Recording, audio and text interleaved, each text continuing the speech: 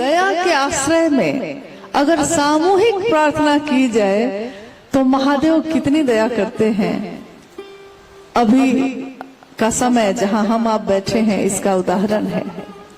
उन्हीं की दया से कोई बोल पाता है, कोई सुन पाता है, कोई उनके लिए कुछ कर पाता है। नहीं तो महादेव के लिए हम आप कुछ करें ये सामान्य बात नहीं है।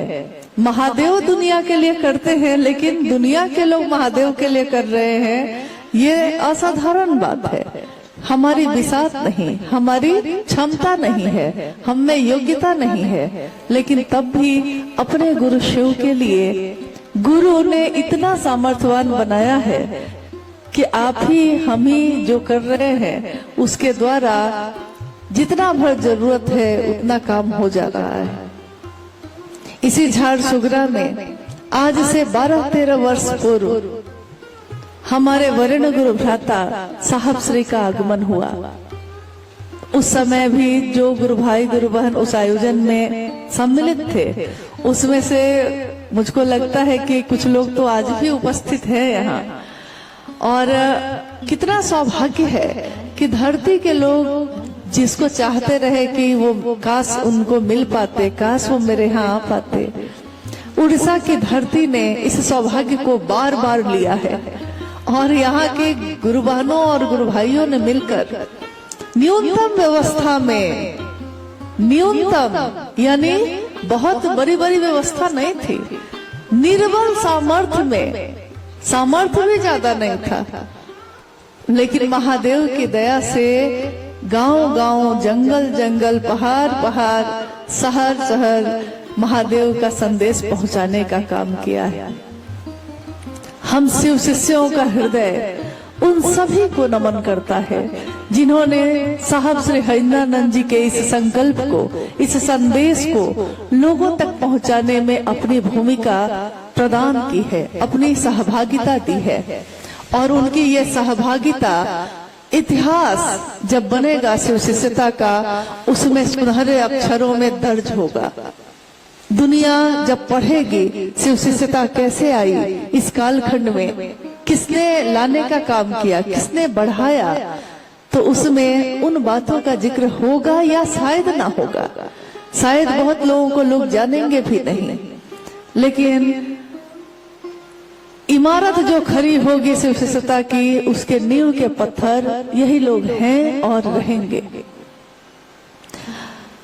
आज इस कार्यक्रम का, जिसका आयोजन बहुत असंख्य लोगों ने मिलकर किया, इस आयोजन का एक ही उद्देश्य है कि मेरे गुरु शिव हैं और आपके भी हो सकते हैं। साहब हरिंद्रानंद जी का ये संदेश लेकर जगह जगह हम लोग जाते रहते हैं, जिस तरह आप जाते हैं। काल से भी जो बड़ी सत्ता है, यानी महाकाल, और बनारस में जो शिव का मंदिर है, उस मंदिर का नाम है ज्ञानवापी महादेव। ज्ञानवापी यानी शिव के ज्ञान दाता स्वरूप को कहा गया है। शिव क्या करते हैं? शिव ज्ञान का वपन करते हैं, ज्ञान का रोपण करते हैं। जैसे हम लोग अपने खेत में पौधा तैयार करके कैसे एक जगह पौधा तैयार करते हैं और पूरे खेत में जाकर हम लोग क्यारी में बारी बारी से उस पौधे को लगाते हैं, रोपण करते हैं पानी और कीचड़ में उस पौधे को, ताकि उसमें एक दिन पौधा बड़ा होगा, अनाज की बालियां निकलेंगी और हम सभी के पेट की भूख खत्म होगी। शिव ज्ञानवापी भी है, ज्ञान का वपन भी करते हैं। अंकुरन उन्हीं के द्वारा होता है, पल्लवित पुष्पित भी उन्हीं के द्वारा होता है।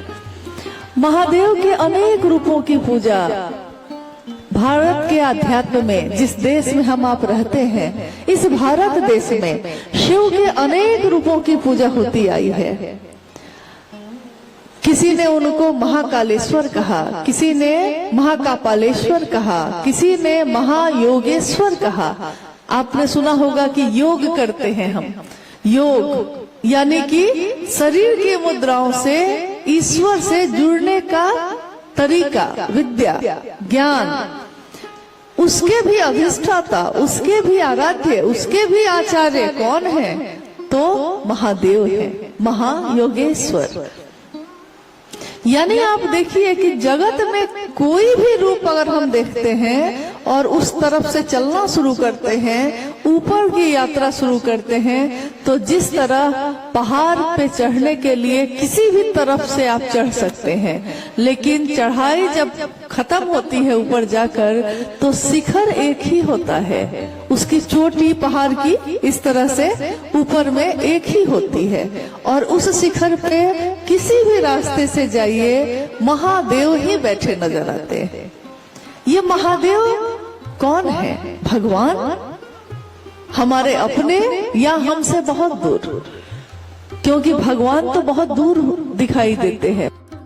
कभी आपने सुना है कि महादेव का दास है कोई? क्योंकि महादेव की शिष्यता दास भाव पैदा नहीं करती है कि हम गुलाम हैं, हम आपके अनुचर हैं। नहीं, महादेव हमारे आपके मन में एक ऐसा आवेश पैदा करते हैं, ऐश्वर्य भाव पैदा करते हैं। ऐश्वर्य का मतलब होता है, हम लोग समझते हैं कि जो दुनिया में महल हो, गाड़ियां हो, बहुत संपत्ति हो। नहीं, महादेव मन में ऐश्वर्य पैदा करते हैं। यानी हो सकता है हमारे जीवन में ये चीजें नहीं हो सकता है मेरी छोटी सी झोपड़ी हो या बहुत न्यूनतम व्यवस्था में हम रहते हो, लेकिन हमारा मन इतना बुलंद होता है, इतना बुलंद होता है और समझ जाता है कि इन चीजों में कुछ भी रखा नहीं है।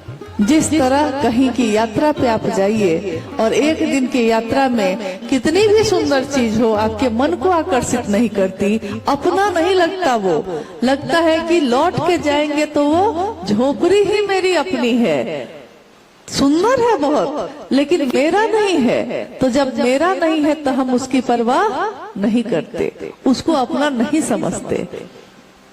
साहब हरिनंदन जी ने कहा वो शिव भगवान है, लेकिन वो भगवान भक्त बनकर अगर कोई जाता है तो बहुत कष्ट है, बहुत कठिन है उस मार्ग पे चलना। भक्त बनना आसान नहीं है। भक्त बनने के लिए पहले भाव पैदा करना पड़ता है, फिर प्रेम पैदा करना पड़ता है, फिर प्रेम से भक्ति में जाना पड़ता है। एक उदाहरण देते हैं, साहब का ही देते हैं, क्योंकि वो लौकिक जीवन में डिप्टी कलेक्टर थे और आध्यात्मिक जगत में शिव शिष्य थे। डिप्टी कलेक्टर क्या, यहाँ आपके आसपास में कोई अफसर हो, उसके घर में सीधे प्रवेश करना आपके लिए बहुत कठिन होगा। दरवाजे पे ही सिपाही रोक देगा, बिना पूछे, बिना अपॉइंटमेंट लिए जाने नहीं देगा। उसमें भी आपका जो पूरा शरीर है उसकी जांच करेगा, सुरक्षित करने के लिए सुरक्षा की जांच करेगा। फिर भी समय मिलेगा कि नहीं, कहना कठिन।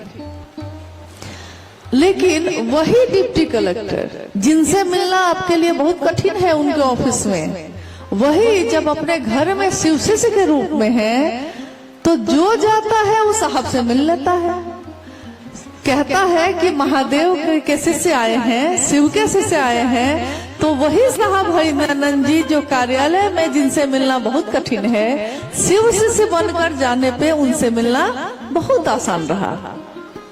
उतने ही सरल, उतने ही सहज। उनके आचरण से ये पता चलता है कि उनके गुरु शिव यानी महादेव, उनके गुरु शिव, उनसे मिलना भी बहुत आसान है अगर हम शिष्य बन के जाते हैं। क्योंकि शिष्य को तो कुछ नहीं आता है, तभी ना वो शिष्य बना है। अगर उसको कुछ आता तो वो शिष्य क्यों बनता, तब वो भक्त बनता। लेकिन हमको कुछ भी आता नहीं है महादेव, न कभी शास्त्र पढ़े हैं, न मंत्रों का जप किया है, न कोई साधना उपासना की है, बस अपने मन का भाव ही समर्पित किया है और कुछ भी नहीं किया है। बस इतना किया है और देखिए महादेव भाव ही ग्रहण करते हैं। ठीक वैसे ही जैसे हम और आप भी भाव ही ग्रहण करते हैं। हमारा सहज प्रेम करने का स्वभाव है। भाव ग्रहण करते हैं का क्या मतलब है?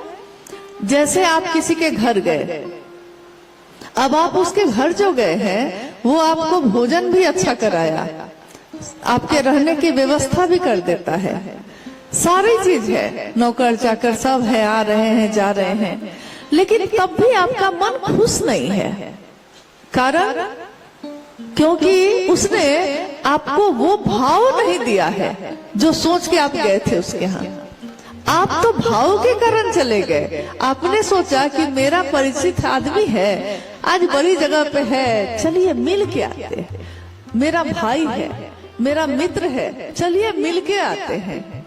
जाने पे उसने बैठाया, खिलाया भी, सारी व्यवस्था भी की, लेकिन तब भी आपका मन खुश नहीं हुआ। क्यों? क्योंकि उसने जिस भाव से आपको बदले में वो भाव नहीं दिया। तो आप दोबारा फिर उसके यहाँ जाना चाहिएगा? कभी नहीं जाइएगा। कोई अपने घर में, जैसे हम अपने बच्चों की शादी करते हैं, विवाह करते हैं, अपनी बेटी का विवाह बहुत अच्छे घर में करिए, उसका पति बहुत अच्छा हो,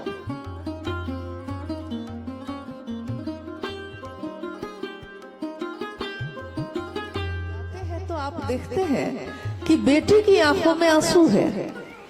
आप पूछते हैं कि सब कुछ तो है तुम्हारे पास, आंखों में आंसू क्यों है, रो क्यों रही हो बेटी? और वो बेटी कहती है कि पति जो है सब कुछ तो देता है माँ, लेकिन पति का भाव नहीं दे रहा। मैं पत्नी हूं ना, पति का भाव नहीं देता है। क्या वो बेटी आपकी कभी भी खुश हो पाती है? नहीं।